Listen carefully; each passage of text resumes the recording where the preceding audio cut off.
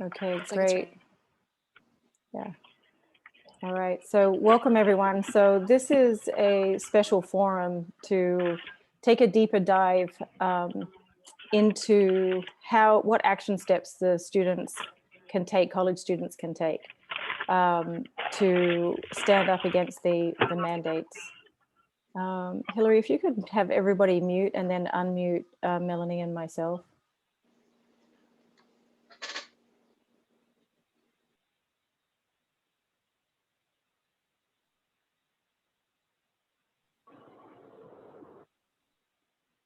Okay, well, that helps. Perfect.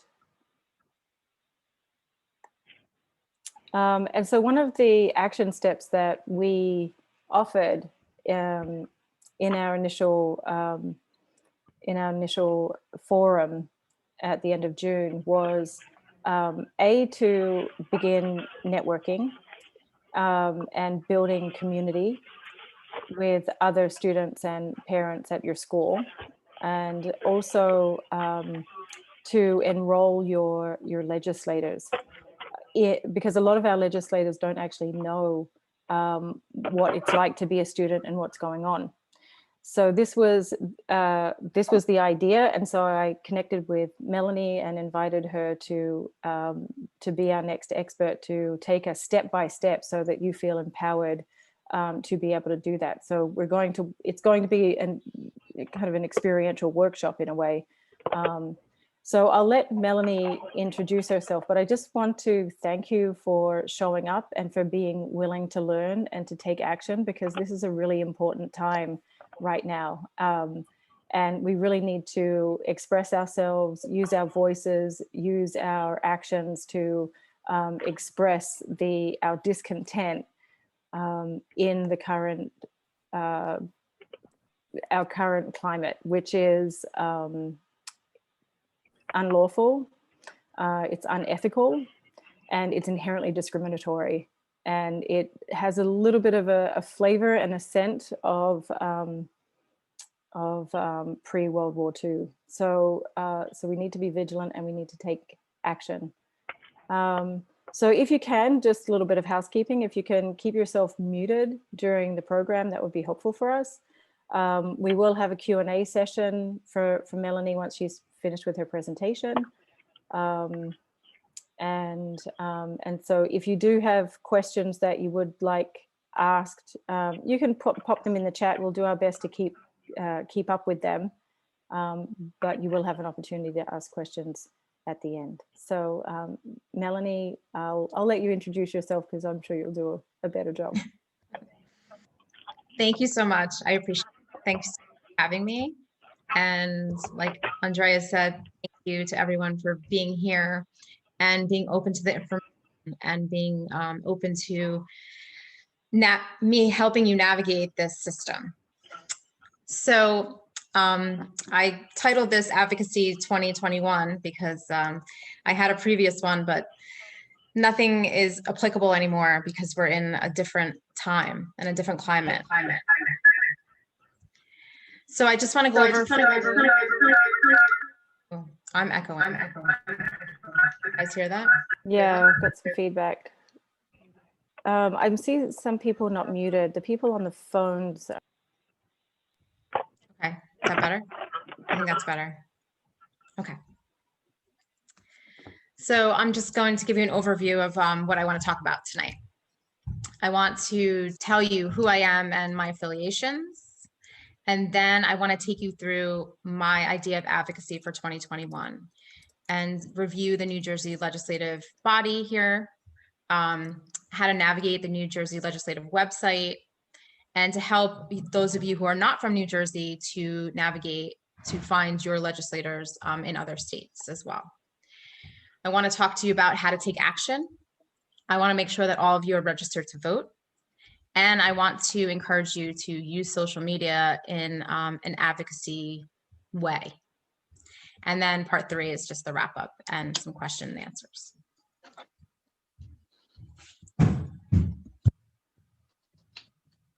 So my first affiliation I want to speak to you about is NJ5PAC. So NJ5PAC is a new governmental entity here in New Jersey. We are New Jersey Public Health Innovation Political Action Committee.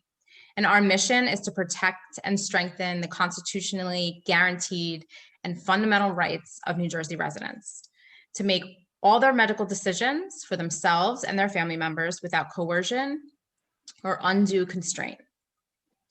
So what we are doing here in New Jersey as a PAC is we are basically collecting money as an entity, a governmental entity, and we're able to help to align our mission to support and preserve medical freedom here in New Jersey with the candidates that are going to support those rights if they are going to be in those seats in Trenton. So we collect contributions from yourselves, New Jersey residents, who also support medical freedom. And we're able to funnel that money to help to seat or unseat those legislators who do not support medical freedom here in New Jersey. We're able to give candidates money, like hard money, and donate directly to their campaigns. And we're also able to do soft money contributions, which would be mailers or things to help them get elected in their districts. So what we found was that we were able to show physically in 2019 and 2020 the capacity and the amount of people who supported medical freedom here in New Jersey. And with this PAC, we're hoping to be able to show them that we are a voting bloc and that there's money behind the numbers that they saw in Trenton. So the next entity that I'm also a part of, a founding member of, is Innovative Parenting Advocacy New Jersey. So Innovative Parenting is a group here in New Jersey, and we are a group of moms who are helping to do advocacy and supporting New Jersey citizens to be advocates for themselves and for their families. And our focus is to guide people, preserve medical freedom and health freedom, parental choice, informed consent, and First Amendment rights.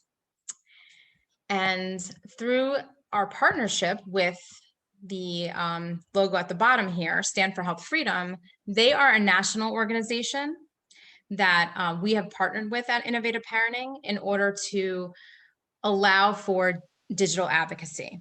And what I mean by digital advocacy is the ability to send letters, send communications directly to legislators and to educate them about certain topics. What we were successful and what we were able to do in 2019 here in New Jersey is we actually sent over 100,000 emails from New Jersey constituents to the legislators between November of 2019 and January of 2020, when our religious exemption bill was being threatened. So what we do at Innovative Parenting is we create a template letter specifically outlining the bills that we support, encouraging legislators to hear our message, and then that information is sent out, and you as constituents are asked to send that template letter, which you can edit, to your legislators. And they were inundated.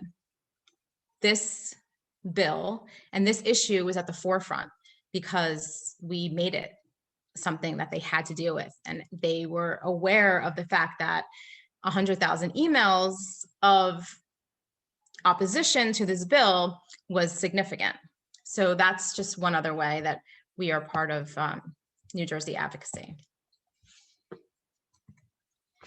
I want to tell all of you that about me personally is that I am a social worker. I'm a mom of 3, and I've been involved in medical freedom advocacy since 2007. So over a decade of experience being on the front lines of New Jersey advocacy. So I come to you with that expertise, but I'm hoping to be able to show you how, or guide you to find out how best to navigate your own legislative websites in your states.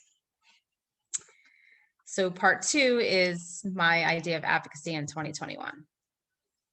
So here in New Jersey, we are made up of 40 districts, 40 legislative districts, and those are state legislative districts. Each of these districts I'll start with this one, number 24 up here, has 1 senator and 2 assembly people.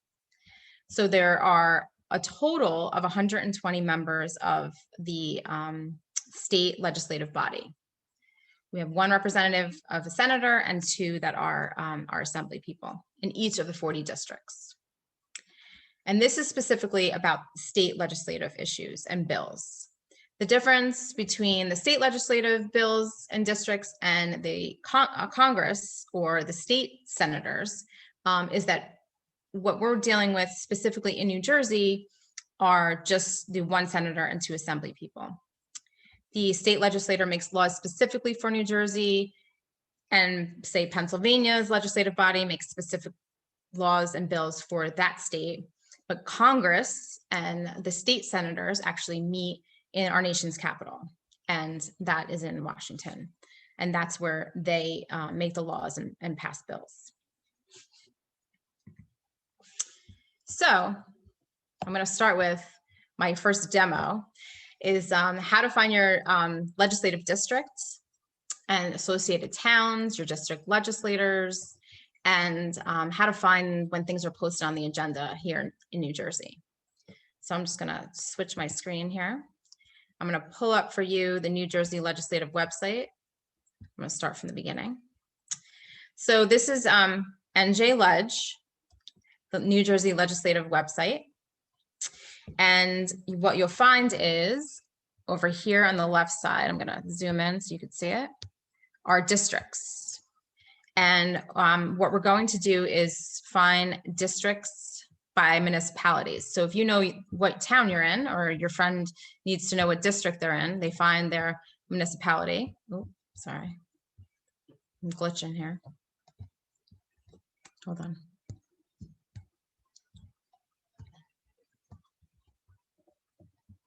Okay. And you would then find your town. So these are all the states, all the towns by municipality. So you can just click on a letter and it'll bring you to that letter. And I'm going to go up to the A's, and we're going to use Atlantic Highlands, which is right here. And that is right here. You'll see in the bunch of towns. So District 13 is Atlantic Highlands, and that's in Monmouth County.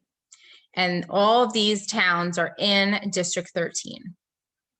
Aberdeen, Union Beach, Seabright, those are all the towns under that umbrella. Now, when I click on legislators for District 13, what will come up are the 1 senator that represents District 13. And then that's Declan O'Scanlan.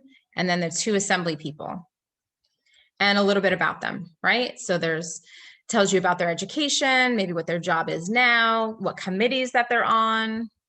So you can kind of like get some information about your legislators before you connect with them or reach out to them. Okay. So that's how you find your legislative district. If you want to see what's on the agendas on the main page of the legislative website, you can go to, Hold on. Yeah. You can go to a date on the calendar that's lit up. That means that they're meeting that day. So this is for Thursday, the 15th. And you'll see right here, it says New Jersey Law Revision Commission is meeting that day.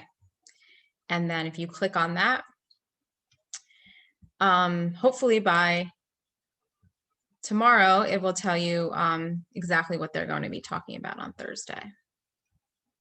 But technically, details about what bills are going to be posted or talked about will be listed there. There's also an option here to listen to live proceedings because we're not yet allowed back into the legislative building. So you can listen live to proceedings, and you can also listen to archived proceedings as well. So for those of you who do not live in New Jersey, or you have friends who are trying to navigate this in another state, what I do recommend is using the Stand for Health Freedom website. This is the main page for Stand for Health Freedom, and it's standforhealthfreedom.com. And what you can do is click on here. It says find your legislator. And this is national. So if you just enter your zip code here, wherever you live in the country, and click continue, and then you enter your street address because it's specific to your street address, who your representatives are in the state. You click on continue. And then what will come up is the directory of all of the legislators who represent you. Your federal officials, so goes all the way from the president, the vice president, and then this is showing who the senators are in DC for this address, Atlantic Highlands. This shows two senators, and then one congressman. Those three people are who are representing me in New Jersey. And then these are the state officials: the governor, the lieutenant governor, the secretary of state, the attorney general. And then here are the three legislators that we looked up before: your one senator and then two assembly people. And what you have the option to do here is, if you wanted to send a message specifically to your state senator and the two assembly people, you just click a check mark in there and you can click here and compose a message. And then this message would go to these three people here, and you can create your own subject. You can, if you have something drafted in like a Word document or somewhere else, you would just copy and paste it and put all the information right in here, enter your specific information here, and then send the message. You can send it directly through this portal. And this is just an example of the digital advocacy capabilities. This doesn't have a template, but there are many templates for college students and college students' parents that we can send you links to, and you can use this tool to send information out to your representatives. So I hope that that's easy enough to understand and clear. I think we did all of that. So I'm going to go back to presenting this screen. So that's how you find your legislators. If you were looking for legislators in the state, in the area of where your child's college is, then I would just use that zip code and maybe the address of where your child is residing while on campus or off campus, to get an idea of, you know, who the representative would be to contact specifically there. So it's also super important, if you are going to be communicating with your legislators, that you are registered to vote, because that is your exchange. Your vote matters to the legislator. And we have a huge election here, general election here in November, here in New Jersey. And so, you know, if you're talking to a legislator and they are then able to look you up to see if you've ever voted, if you're even registered. So that kind of like collateral is significant. So if you want to employ them to help you, it's best if you at least are registered to vote, because then in November you could vote for them, you know, if they've been able to help you. And that's how you basically thank them for whatever they're able to accomplish for you. You want to make sure that you're registered to vote. You want to make sure that your child, if they are in college and of age, that they are registered to vote. Again, that is our voice right now. You want to vote in the primaries as well as the general elections, because like I mentioned earlier, they have access to that information. They know who's voted before. And so you want to make sure that, you know, you become an ally to the legislator. And that's how you do it. Showing up matters. So here's just some photos of a few different times that I was in Trenton, and you can see in the top left, there was like 5 of us there at one point. Many times there was only a few of us standing in Trenton, but you know what? We the medical freedom movement here in New Jersey was always represented. Even if our bill wasn't on the agenda, we were there. We were there to shake the hands of the legislators when we were able to go into the building and to, you know, just wave at them and say, hi, we're here, we're still here, we still have the same message. Here's a flyer specifically about a bill that we support or one that we oppose. You know, can we have a meeting in district? Because when you're representing the movement, you're just there. But what you want to get is a one-on-one meeting with your legislator so you can have an intimate conversation with your legislator about whatever issues that you're concerned about. If you're in another state, you may be able to go into your state house. Currently in New Jersey, we are not. So what I do recommend here in New Jersey is making a phone call to your legislative district, asking for an in-person meeting. We as advocates, whatever our issues are, we are the experts. We are the ones with all the information about that topic. So what I recommend is using your resources to get a meeting in front of your legislator to help educate your legislators. They cannot be experts in everything. They are voting on bills, like hundreds of bills, and they don't have the intimate details about each bill. But when there's a bill that affects, you know, medical freedom here in New Jersey, like I've already read it, I've highlighted it, I'm looking at it through a medical freedom lens, and I want to have a conversation with the people who represent me so I can help them see what I'm seeing in that bill. And for all of you who find that your child or yourself, your medical freedoms are being trampled upon, you know, having the information from the college that you're attending printed out, attending the meeting and asking the legislator, you know, what can you do to help me? You know, this is the dilemma that I'm having and I need your support, I need your help, is really, you know, how you want the conversation to go. You want to educate them, but also turn around and find out like how they can assist you and guide you through this. Some of the other photos are from some rallies outside of the State House. And so if you are in a state where you can make a difference, I do recommend connecting with your medical freedom advocacy groups. There's one in every state, I'm sure of it. If you can't find them, I'm happy to help guide you to someone. But, you know, it's so important that you are connected to other people who are like-minded. And most of the time, the medical freedom community already has relationships with legislators that they can help guide you as well.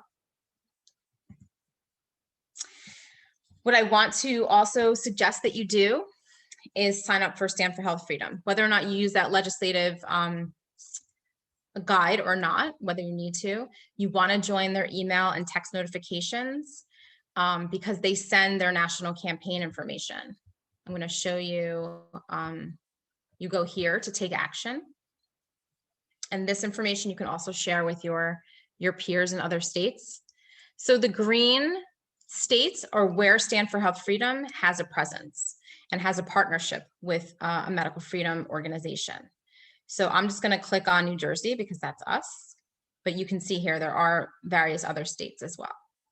So if you click on New Jersey, you can take action right away.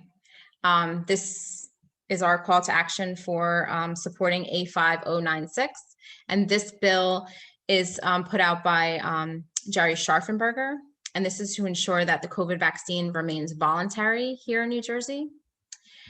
So if you click on this and you put your information in here, the letter goes directly to your state senator and your 2 assembly people. I want to go back to take action because there are national campaigns as well, not specific to New Jersey, but when you put your address in, it goes specifically to New Jersey legislators. So what you want to think about, depending on, you know, what issue is most significant to you, ask your governor to lift COVID-19 restrictions in schools. Maybe you have a younger child, so you want to click on that one. Say no to vaccine passports. And this is a national one specifically about maintaining the COVID vaccine being voluntary. And again, you'll see here, this will go specifically to your state senator and your state representatives.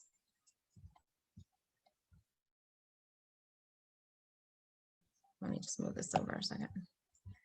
You can click here where it says join the movement on Stand for Health Freedom. And again, this is national. So this is, all throughout the country. And you can put your email and your zip code and submit, and then you're added to their mailing list. So anytime there's a call to action, you will be alerted via email. So this is a perfect place to, start your advocacy journey, and also encourage your peers to do the same wherever they live in the country. And lastly, I want to talk to you about using social media. So social media is, an immediate way to connect with legislators. It amplifies our message. It allows us to connect with our legislators kind of on a less formal level. It's free to sign up for all these social media platforms. Many of you probably already have access to these platforms. You want to make an effort to follow relevant accounts. So after you figure out who your legislators are, try to find them. Find them on Facebook, find them on Twitter, find them on Instagram, because then you'll know that you can go to their page, comment on things that they post. You can actually tag them in your posts. Maybe there's an article specifically about the dangers of the COVID-19 vaccine that you want your legislator to have access to. You can email it to them, that link and that information, or you can just tag them in a post. Tag them right in your post on social media, any of these platforms. You can follow certain hashtags. Certain hashtags would be like medical freedom, informed consent, and find relevant articles to maybe share with your legislators to help educate them. Because again, us as advocates, our job is to educate our representatives. They do not have the expertise that we have.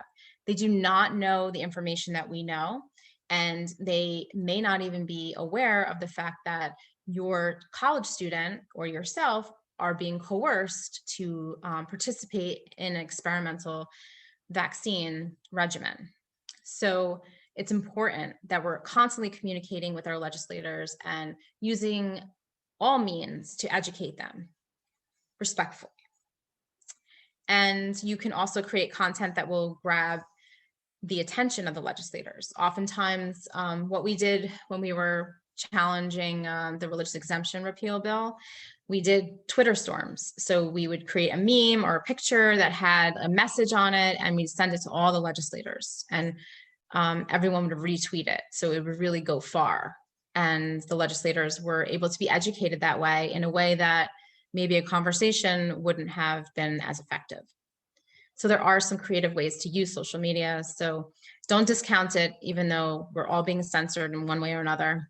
My suggestion is always try, because you just never know. So these are my take action steps.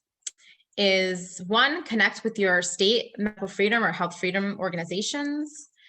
Definitely sign up for the email or text alerts via Stand for Health Freedom. Make an effort to communicate with your representatives, whether it be via phone, via email, via social media. Make those efforts. Let them know what issue is affecting you and your family. For those of us here in New Jersey, like I said, November is a huge election here. Everyone is up for re-election, from the governor all the way down to all of the senators, all the assembly people. So there will be a ton of political events this summer, as well as this fall. Show up, network with them, ask questions, engage them, help them know who you are and that you're paying attention, because that's how you cultivate relationships with them. You want to meet them locally, call, ask for a meeting. And if you don't want to go alone, contact myself or Andrea or Hillary, and maybe we can send somebody to attend with you, because it can be a scary experience the first time if you're unsure about what to expect. and we're here to guide you. You are not on this journey alone. Always make an effort to educate and inform your legislators about your concerns. Always remember that you are the expert and they need guidance. You want to share your personal parental perspectives regarding the preservation of our religious freedoms, our medical freedoms, and any coerced medical interventions. And, maybe your legislator doesn't see them as coerced medical interventions. So you need to lay out for them why you see it as coerced medical intervention. We have to remember that most of the legislators, unfortunately, are watching mainstream media and CNN, MSNBC, Fox News, just like normal New Jersey or just normal citizens. So we need to reel them in and kind of pivot them to help them understand our perspective. So don't ever give up thinking oh, my legislator has always voted against medical freedom. This vaccine and this experiment cannot be compared to previous vaccines or the vaccine schedule that exists. So you need to make sure they understand that. And that's our job as the advocates. And always make an effort to represent yourself and your concerns at your state capitol if you were given the opportunity to do so, whether it be outside at a rally or inside to have conversations and to engage your legislators one-on-one. And I think that's all I have.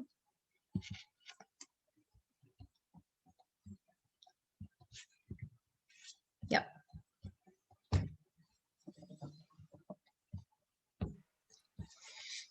You're amazing. That was fabulous.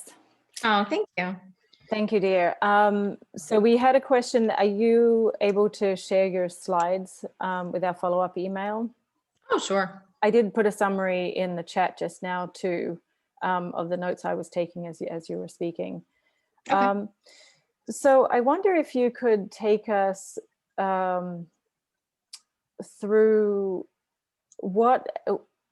any kind of do's and don'ts for having these conversations when you're meeting your legislator for the first time. Can you kind of take us through it, give us guide us through using all of our senses? What would that be like to have a meeting with your legislator? Well, I want to start with, have low expectations to start. I see it as somewhat like dating. You first meet someone and you're chatting with them, you're kind of getting to know them. See this as cultivation of a relationship. And you may get to one or two things on your agenda, but maybe not all 10, because they are human and we don't want to overwhelm them we don't want to verbally vomit on our legislators. And we also want to make sure that, our emotions are in check. What I found is that, we're talking about our children, we're talking about their long-term health. And it's really difficult, to stay focused when someone, may be challenging you in the meeting and maybe, has the, CNN thinking perspective that you're going to kill people or your child's going to kill someone if they don't have this vaccine. So you need to be able to pivot and maybe pull out of your bag an article that states how the vaccine was designed to lessen symptoms for the recipient and not prevent transmission of the virus, and slide it over to them, because your word isn't going to be as effective as some document that you can provide to your legislator and whoever else might be in the room, their chief of staff or someone else. So what I try to do is, come up with a framework about, what I'd like to talk about, and kind of come armed with some documents and some information, not just that I'm spouting, but that I can support with the documents that I have in my bag. And I bring them out as appropriate as the conversation unravels, because, you don't want to just plop all these articles in front of them and just verbally vomit on them. That doesn't work. Yeah, I think that's pretty much how it would go the first time. You want to get to know them and chat with them and, kind of have some background about who they are. And you guys saw when I showed you, where it said the district legislators, it says what their job is. You know, maybe you're chit-chatting, like dating, right? And your first date, and you want to say, oh, so what is it like to work in the IT industry? You know, what do you do exactly? And knowing maybe some bills that they support, that they have already put out there, to kind of engage with them about that bill and how maybe you could help them and support that bill and get the information out to your peers. You know, this is kind of like a give and take. They want to be reelected this year in New Jersey anyway. They want support for their bills. You know, how can you help them so they can help you? So you want to have that mutual relationship with them. Right. Because I know that, you know, our community can be very passionate, and our community feels a little bit cornered. And so, so you're saying that it's more of developing a relationship, getting to know somebody, coming prepared with the necessary articles and data research to support your point of view. So one thing too that I've noticed with communication, and maybe you said it and I missed it, is to ask them questions about how they feel, or how would they feel if they were you, because that puts them into a space of listening, deeper inquiry, and it also can create the conditions for their own empathy and compassion to take place. So that question would be, so how do you feel about this at face value? And then how would you feel if you were me, given this is, you know, my situation? I love that. Yeah, because I feel like there is a finesse to these conversations, because again, there's a lot of emotion and energy around it. So so we can come in a little bit, yeah, maybe. Right. And even, you know, speaking to your, speaking to the fact that you want to preserve the patient-doctor relationship, because one size fits all medicine is antiquated, you know, in 2021. And, you know, this seems like simple to everyone else in the world, that we'll just get a vaccine, everything go back to normal. And, you know, that's not our perspective. So I think, you know, asking questions about, or actually giving your own personal experiences, you know, maybe you have vaccine injury in your family. Maybe your child or yourself had a reaction at some point, and humanizing your experience and helping them to see that, you know, you're not just a crazy person who doesn't want to get a vaccine, that you actually understand the science, that you are advocating on behalf of your family for a reason. Humanizing it is significant. Humanizing it, right. Yeah. And we're wanting to come in with the knowledge that we pay them. They're our employees. Yeah. So we are coming from a place of authority, as Melanie said, as experts, but also knowing their position, and that their job is to learn how to learn from you as the expert on how to serve you. And again, it's within their best interest, because they want to be reelected. Right. And so we want to help them do their job in the best way. And they might not know, because, you know, they're busy and they watch CNN. Right. And I'm honestly, even before COVID, that was the case. People were just watching mainstream media, and there was measles everywhere, and you parents are crazy. And, you know, we would walk in knowing that was their perception, and kind of had to help them get to know us and to respect us, and to help them understand that, you know, we are experts in this issue, and that we come with backgrounds that lentils, are various. roasted mushrooms. Something is just too intense. Can you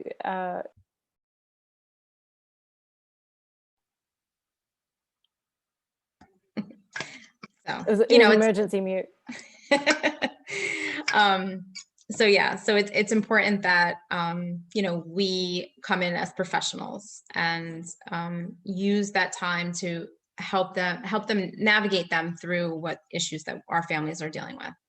Right. So I'm going to put some key words in here just to sum up the kind of tone you want to bring to these conversations. And I see that Krista has raised her hand, and Kyle has raised her hand. So Krista, would you like to ask your question?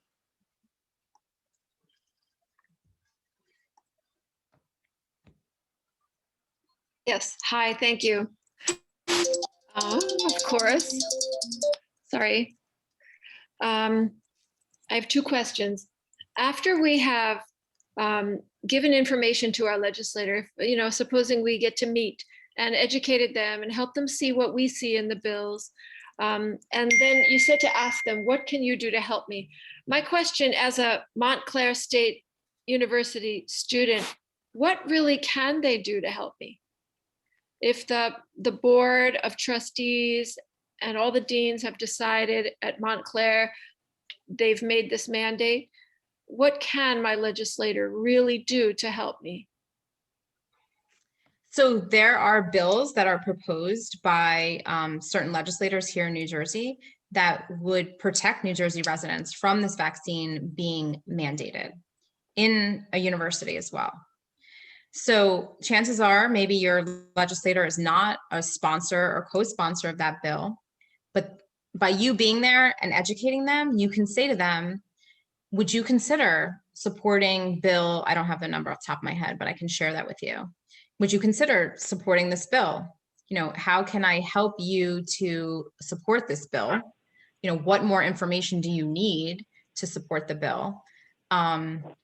Because that would protect all of us universally in the state. So, I mean, that's one way.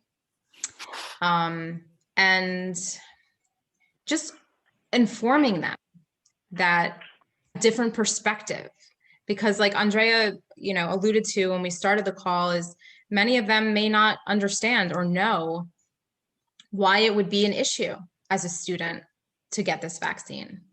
It's safe and effective. Why wouldn't you want to get it, Krista? You're going to kill your neighbor if you don't get it, because they've never heard the other side. They've never understood Krista's experience as a student and why you think that getting this vaccine is not a good idea. It's always important to have the conversation, even if it doesn't go anywhere, because, for me as an advocate is at least I tried, at least I, opened up the door to that conversation for them to hear another perspective, because what they're hearing is just mainstream media propaganda. And, that's our effort to, pivot them. Would it help to go in a group, or would it help to have signatures on a letter with you? Well, what we've done is that we've brought letters, not signatures per se, because that's like, but if you bring letters from peers, absolutely, that's effective. I recommend like 3-4 people in a meeting tops, because it's just, it can be overwhelming with so many people and so many perspectives. So, keeping the meeting small, but coming in with a stack of letters supporting what you're saying from constituents is very effective. Okay. Because for every letter that they receive, that it really equates to 10, maybe 20 other constituents that you maybe don't have access to. So it does make an impact. Okay, thank you. And do you think it's more effective if I have several issues I would like to talk to them about that are unrelated? Is it more effective to focus just on one at a time and make another meeting for another time for another issue? Yeah, if something is pressing, like this in particular, I would go in that being the focus of the meeting. Occasionally, Krista, we go in with another topic, but then bring it to the medical freedom topic, because that's necessary sometimes. Okay. Because some legislators don't want to meet with us if we're just, for us, a bunch of, they call it anti-vax moms. We get labeled that way. So it's important to have a sense of who your legislator is, to understand what would be the best tactic to get your foot in the door. Whether it's you know, you met them at an event, you know, that was just at your local park, and you said, hey, nice to meet you, shook that person's hand, I would love to have a meeting with you. And they'll say, like, oh, talk to my chief of staff. And then you walk over to, you know, Jane and say, oh, Jane, you know, he wants to set up a meeting. I'm going to call you on Monday. And then you call, and that's how you get the meeting. Because sometimes my district in particular, like, it's like a Fort Knox, like nobody gets called back, nobody gets a meeting, like we have to like stand outside and like stalk them basically.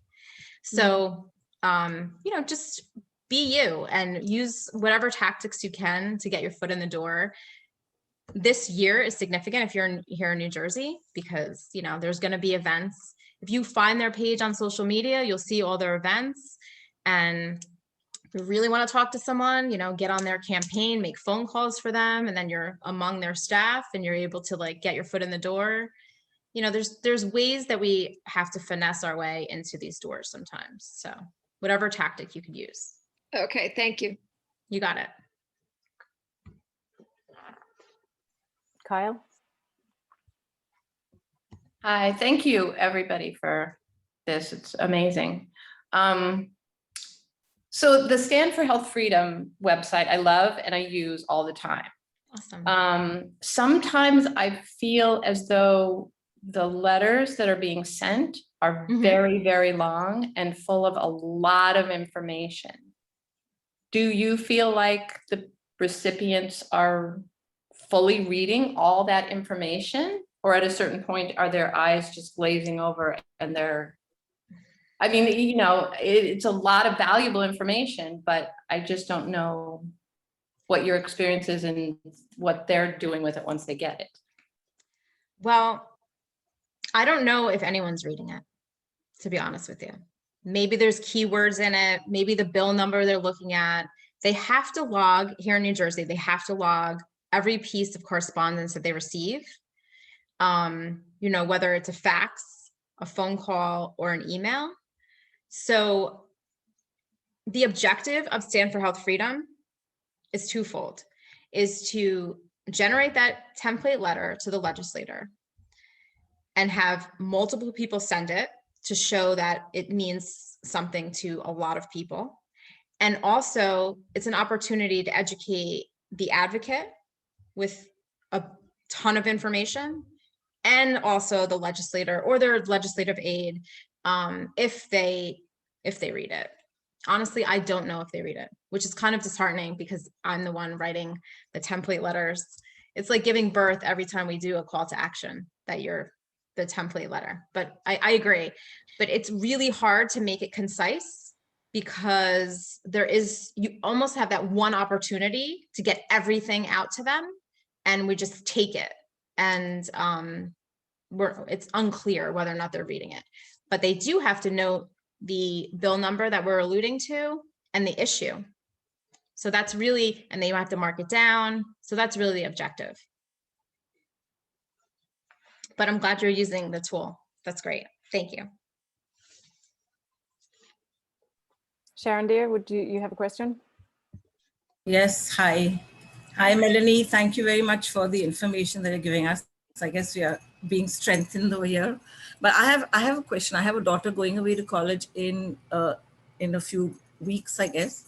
Yeah. She has to get the vaccine has been mandated by the college. So do you have any information on what we can do to, you know, get her not to take the vaccine? What state is she going to school in? She's going away to Delaware. Delaware. Which is a bad state, yeah. I don't know off the top of my head. I believe there's exemptions. Andrea, I don't know if you know off the top of your head. I think there's exemptions in Delaware. They have specifically said no religious exemptions. So I mean, I could have had a religious exemption, but they said only medical. So I'm talking to her doctor, but she's afraid.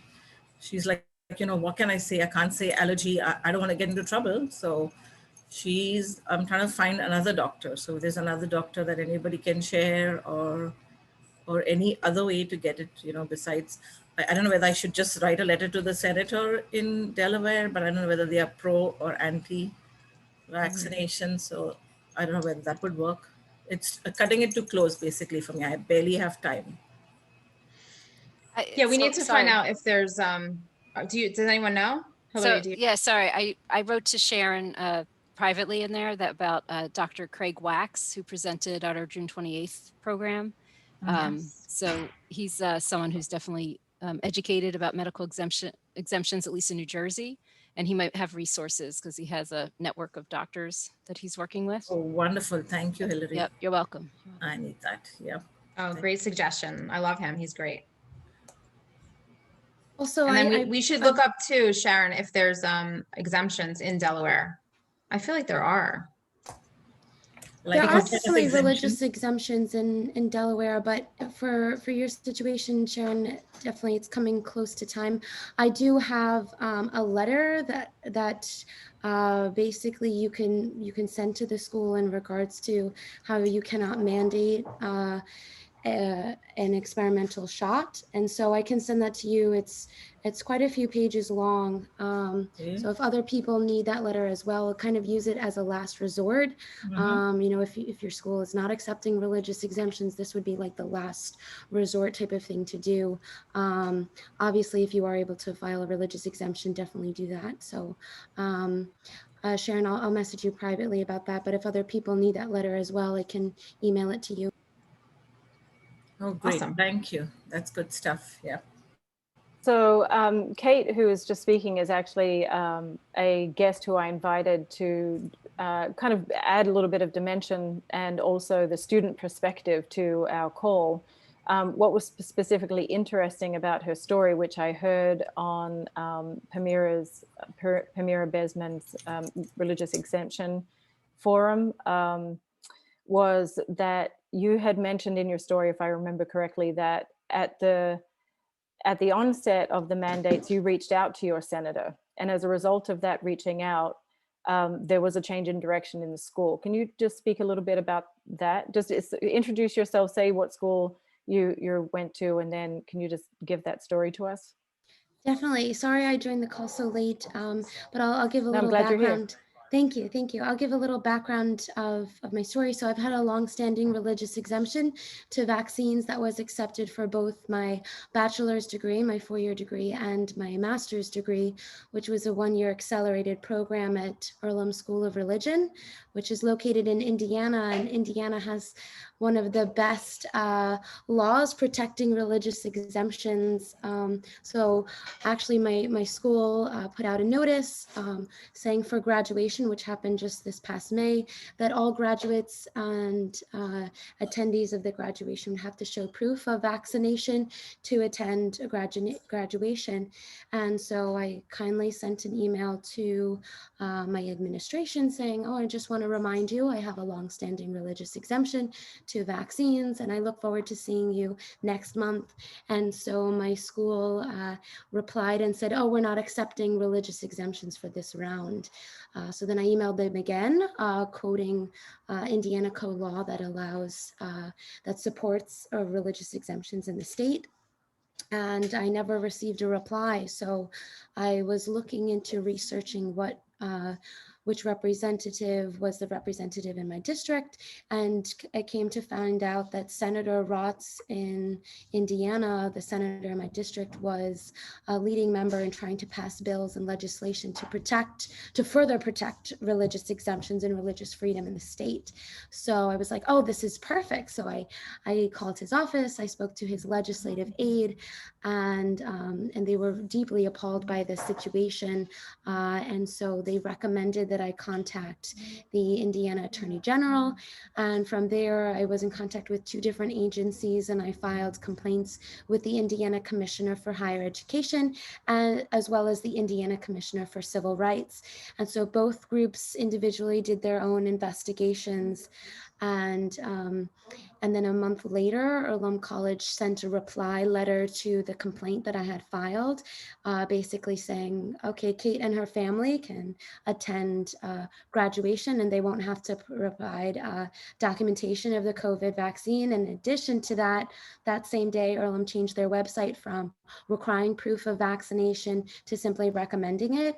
as well as just simply recommending a negative COVID test. So before that was also required. So that was really amazing. So I was so excited to go to graduation, and I changed their whole policy besides just allowing religious exemptions for obviously graduation.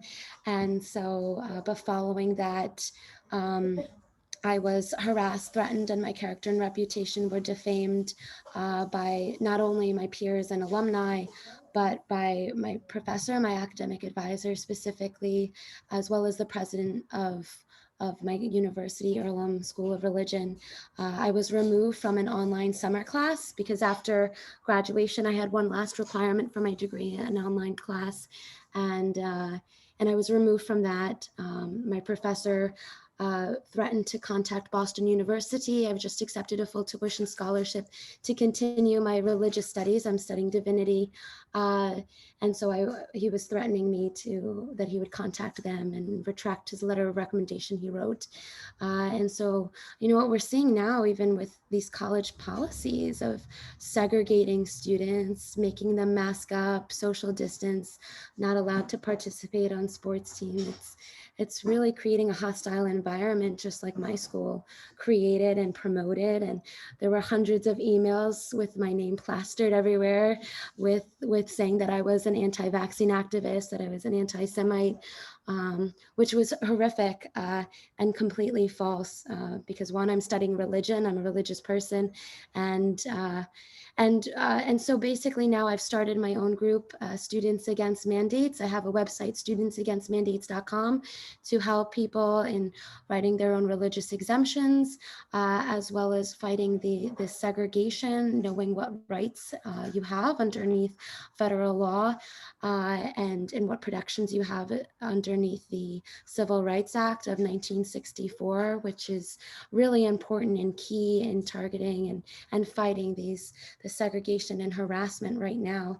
And so so I'm definitely advocating for students right now, specifically because they're really being targeted. I also have a Facebook group which is just for students, and I can explain that because I'm sure that there's a lot of parents here, but right now, students are going to be the ones that are fighting this segregation and discrimination. They're going to be the ones in the classroom with professors who will be harassing them like I was harassed continuously, and it did not stop. So what's important here is that students know what they're going to be in contact with. Obviously, my situation was very egregious, and so I don't think students will be facing the hatred that I face to such a high degree, but they need to know what rights they have and what to do and how to combat this. So I have a community of students, and we are organizing different rallies. There's a rally that I'm organizing at Stony Brook University that has these same egregious policies on Long Island, New York. And so our protest is July 19th at 5 p.m. It's really great that we come together, even if you're not affiliated with Stony Brook University. I'm clearly not, but we need to stand together to fight this and send a larger message to all universities across the nation. So I'll put my information here. If you are worried about your religious exemptions or need guidance on that, you can reach out to me, or if you were concerned about these mandates, definitely let me know, and keep the fight and make sure that the students are involved, because they're the ones that will have to, our parents will not be there to walk us to classrooms, to sit with us with masks on, to have to social distance. So they need to be well aware of this. So it's great. There's lots of parents here, but do bring your students to these meetings and do let them know about the hatred that is running rampant in our country right now against people who are declining this shot. So thanks for being here, and thanks for having me. And I'm sorry again for running late, but it's great to see people continue to meet and talk about this. It's so needed right now. Thank you, Cait. I appreciate it. And just pop your contact information into the chat for us. Thank you. And I saw that Sharon had mentioned that if there are resources here in the chat and you would like to save the chat and you're on a computer, I don't know if you can do it on your phone, but there's in the chat box, there's a 3 dotted ellipses, and you can save the chat that way. So wonderful. Thank you. So Is there any, I see Jordan has a hand raised. So if we'll just have a couple of more minutes and answer your question, if that's okay, Melanie. Sure. Hi, Hi. can you hear me? Yes. Yep. Sorry. Thank you so much for doing this. I just wanted to mention that if anyone is at Rutgers, a couple of people did reach out to me in the chat, and I gave out my contact info, that there is a lawsuit and hopefully filing very soon. I'm not a lawyer, and it's my understanding that, you know, we're in New Jersey and we still have religious exemptions here. We fought off the repeal, thank God. But we still have to fight, and we all have to stick together. And if there's anything that we learned from the last attempt at genocide, which was targeted towards Jews and Gypsies, that when people stick together, as Pastor Niemöller said, we have to stick together. We can't just sit back if it doesn't affect us. So if there's anywhere that anyone sees anyone else being discriminated and harassed or anything of the sort, and you have the ability and the time, and that go and show up. If anyone is stuck out of a store, they can't get in, or they're being bullied, stand with them and call for reinforcements. Everyone should be able to do this and to stick together. That is why sharks are afraid of dolphins, because dolphins stick together, and sharks are afraid of dolphins. And when you are in the ocean and you see dolphins, you can know there are no sharks nearby. And incidentally, Falci in Italian means shark. Good story. I love it. It's poetic. And be sure to connect with me on innovative parenting, because what I try to use that platform for is to share all different events that affect New Jersey people. So the platform, I'm sorry, you type it in, or I joined late because I was speaking to a lawyer. Yeah. Something I'll put it in the parenting. chat. Yep, I'll put it in the chat so you guys can all follow me on innovative That's parenting. Awesome. And if anybody is at Rutgers, please do contact me. I'm in private conversations on the chat. Please do contact me. This is happening, and the only way to protect our rights and fight back is to stand together and fight back. Good, thank you. And we have two events, actually. There is an event in Trenton tomorrow for the Board of Ed meeting, so that would be a good one to join. That's right there at the Capitol. I believe that it's starting at around 9 o'clock, Melanie. Yeah, so it's actually going to be at the Board of Ed location, their actual meeting. I'll try and put the address in. Is it in person? We'll be outside the building. I don't know if Okay. the meeting last a few weeks ago. There's virtual. you can virtually join the meeting and just observe, because they're not taking any comments, or you can show up outside the building and have a presence there as well. It's not far from the Capitol building. It's like right around the corner. And also we have an event on Monday, the 19th, 12 to 2 for the College of New Jersey, TCNJ. So that would be a good event to also show up for, to show your support for. Yes, okay. Send me that, Andrea, because I can post that as well. Okay, perfect. Yeah. Christina Waltz, you're on the call, I think. Is there anything you wanted to add before we go about your event, or just maybe in the chat put the address? Okay, thank you. Hi, actually I did share it a few minutes ago, but I'll gladly share it again.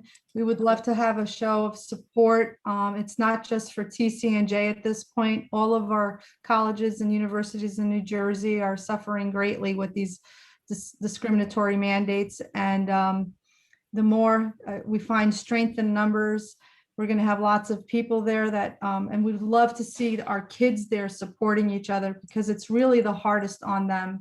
I have a lot of parents from TCNJ that are currently saying that my kid's just going to get it this Friday, because Friday is the deadline for the Pfizer vaccine in order for it to meet the first round and then get the second round before school starts. So we want to show them that they're not alone and that they should not bend the knee to these draconian measures. And they need to see that they are supported, not just from their parents, but from other people and other children their age, kids their age, young adults their age, really. And in the end, this is going to be about all of our children, regardless of their age. And we would appreciate your show of support. Excellent. Thank you, dear. All right. And so I just put my email address also in the chat. We're curious to hear if there are other topics that you would like to do a deeper dive on, and we can do our best to help you with that. So again, network with each other, save the chat, find your community, and take action, because it's needed right now. So thank you, Melanie. Thank you, Cait. Thank you, Hillary, for your excellent work. We're so grateful, and everybody have a good night. Thank you so much. Thank you.